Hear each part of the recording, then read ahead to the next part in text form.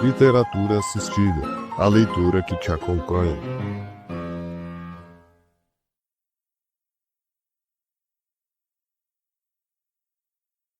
A arte da guerra. Documento 2. Segunda operação.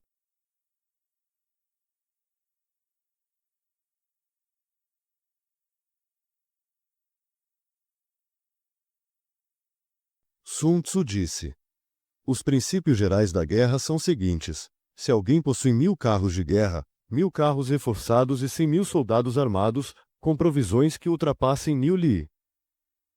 Li é uma unidade de medida chinesa, suprindo as despesas diárias, tanto internas quanto externas, com hóspedes, materiais como cola e laca, e com a manutenção dos carros de guerra e das armaduras e peças de ouro. Só assim, então, um exército de 100.000 homens poderá ser mobilizado. Na guerra, a vitória é primordial. Batalhas prolongadas desgastam as tropas e minam seu moral. Cercos exaurem suas forças, e guerras prolongadas esgotam os recursos do Estado. Quando as tropas estão desgastadas, o moral abalado, as forças esgotadas e os recursos esgotados, outros estados aproveitarão a situação e se rebelarão. Nem mesmo o estrategista mais sábio poderá salvar a situação. Portanto, na guerra, já se ouviu falar de táticas rápidas e desajeitadas, mas nunca de táticas hábeis e prolongadas. Nunca houve um caso em que uma guerra prolongada tenha beneficiado o Estado. Portanto, quem não compreende plenamente os malefícios da guerra não pode compreender plenamente os seus benefícios. Aqueles que são hábeis na arte da guerra não necessitam de recrutamento repetido ou de viagens de abastecimento a cada 3 anos. Eles obtêm suprimentos do país inimigo, garantindo assim provisões suficientes para o seu exército. A nação é empobrecida pelas campanhas militares devido às longas distâncias envolvidas, o que empobrece a população. Aqueles que vivem perto do exército vendem seus produtos a preços exorbitantes, o que esgota a riqueza do povo, levando à necessidade urgente de trabalho forçado. Com as forças esgotadas e os recursos escassos, as planícies centrais ficam internamente enfraquecidas. As despesas do povo são reduzidas em 7/10. As despesas do governo são reduzidas em 6/10, devido a carroças quebradas e cavalos desgastados, armaduras, flechas, bestas, alabardas, escudos, remos, bois e carroças grandes. Portanto, um general sábio buscará alimento junto ao inimigo. Jun de alimento inimigo. Chun são quantidades médias de grãos. Equivale a 20 juns nossos. Shi de talos inimigos equivale a 20 x nossos. Shi são grandes volumes de grãos. Portanto, aqueles que matam o inimigo fazem por raiva. Aqueles que se apoderam dos despojos do inimigo o fazem por ganância. Assim, na guerra de carros, aqueles que capturam 10 ou mais carros são recompensados. Seus estandartes são trocados, e os carros são incorporados e utilizados em conjunto. Isso é o que significa derrotar o inimigo e se fortalecer. Portanto, na guerra, a vitória é primordial, não o prolongamento do conflito. Assim, um general que compreende a guerra é o árbitro do destino do povo e o senhor da segurança da nação.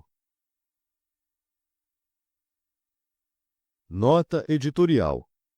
O segundo documento de A Arte da Guerra aprofunda a dimensão material do conflito e revela um entendimento sobre o custo social da guerra. Sun Tzu inicia descrevendo a enorme estrutura logística necessária para mobilizar um exército: carros reforçados, carros de guerra, 100.000 soldados armados, provisões que percorrem grandes distâncias e um suporte permanente de materiais, manutenção e recursos econômicos. Essa descrição não é apenas técnica. É uma crítica implícita à tendência dos governantes de romantizar a guerra sem compreender o seu impacto estrutural. O autor deixa claro que o conflito é uma máquina gigantesca que consome o Estado e o povo, e que só pode ser ativada por meio de uma economia nacional inteira voltada para sustentar o esforço bélico. A guerra deixa de ser vista como ato de heroísmo e torna-se um empreendimento industrial de altíssimo custo social. Logo em seguida, Sun Tzu declara que a vitória deve ser rápida, porque o prolongamento das hostilidades destrói a própria sociedade que a guerra pretende proteger. Tropas cansadas, moral degradado, recursos escassos e um Estado enfraquecido criam um ciclo de vulnerabilidade interna que inevitavelmente convida outros Estados a atacar ou se rebelar. Vemos aqui uma intuição sociopolítica que antecipa séculos de teoria do Estado no Ocidente. Um governo que prolonga a guerra dissolve sua própria legitimidade, enfraquece suas instituições e perde a capacidade de controle social. Sun Tzu reconhece que o conflito prolongado opera como força corrosiva sobre a estabilidade interna, como se a guerra, quando estendida, se tornasse um parasita que consome seu hospedeiro. Quando o autor afirma que nunca houve um caso em que uma guerra prolongada tenha beneficiado o Estado, ele introduz uma crítica estrutural que transcende o campo militar e atinge diretamente a economia política da sociedade. Uma guerra longa não apenas destrói a riqueza pública, mas reconfigura a economia interna. Bens ficam mais caros, a população explorada por preços extorsivos e o Estado precisa recorrer ao trabalho forçado, ou o que valha, para manter sua máquina operando. A guerra gera inflação, desigualdade e sofrimento. E o texto reconhece isso com clareza. As planícies centrais enfraquecidas são metáfora da erosão da ordem social, da perda da capacidade de sustentação material e moral. Outro ponto reflexivo aparece quando Sun Tzu aconselha que um exército deve se alimentar dos recursos do inimigo. À primeira vista, parece um truque militar. Mas, em termos sociológicos, é uma estratégia para evitar que o próprio Estado se autodestrua ao financiar uma grande campanha. Em vez de sugar o seu povo, o Estado deve deslocar o custo da guerra para o território adversário. Há aqui um raciocínio que articula logística, economia política e moral social. Um governante que esgota seu povo perde sua legitimidade e enfraquece seu Estado. Um governante que poupa sua população preserva a base estrutural sobre a qual o poder se sustenta. Quando Sun Tzu discute recompensas e despojos, ele revela outra camada. A guerra funciona também como sistema de incentivos, uma economia moral que regula comportamentos através de raiva, ganância, honra e reconhecimento. Ao integrar carros capturados e trocar estandartes, o general reorganiza simbolicamente a estrutura do exército, convertendo o triunfo militar em reforço de coesão interna. A guerra, portanto, não é apenas combate. É ritual político de redistribuição simbólica e material que reafirma autoridade e cria laços de pertencimento. No final do documento, Sun Tzu sintetiza seu pensamento. A vitória é sempre mais importante do que a duração do conflito. Essa frase, que parece óbvia, opera sociologicamente como afirmação de que o governante, enquanto figura máxima da administração da violência, detém nas mãos o destino do povo. Ele é o árbitro do destino coletivo porque sua decisão entre guerra breve ou prolongada determina se o Estado floresce ou colapsa.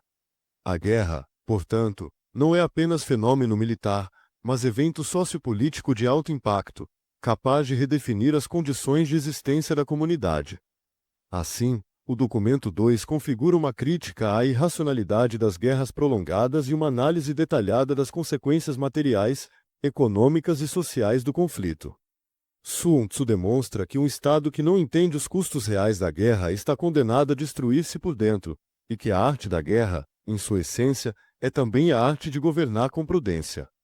A vitória rápida não é glorificação da violência, mas reconhecimento de que a sociedade é frágil e não pode ser indefinidamente sacrificada em nome da ambição ou da imprudência política.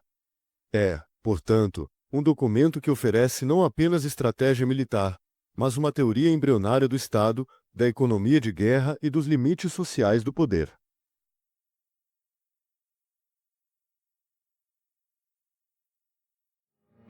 Continua no próximo capítulo. Deixe seu like, comente, compartilhe e inscreva-se. Colabore para manter esse projeto vivo. Envie um Pix escaneando o QR Code na tela. Você também pode apoiar nosso trabalho no Apoia-se. Link na descrição e no primeiro comentário fixado. Literatura assistida.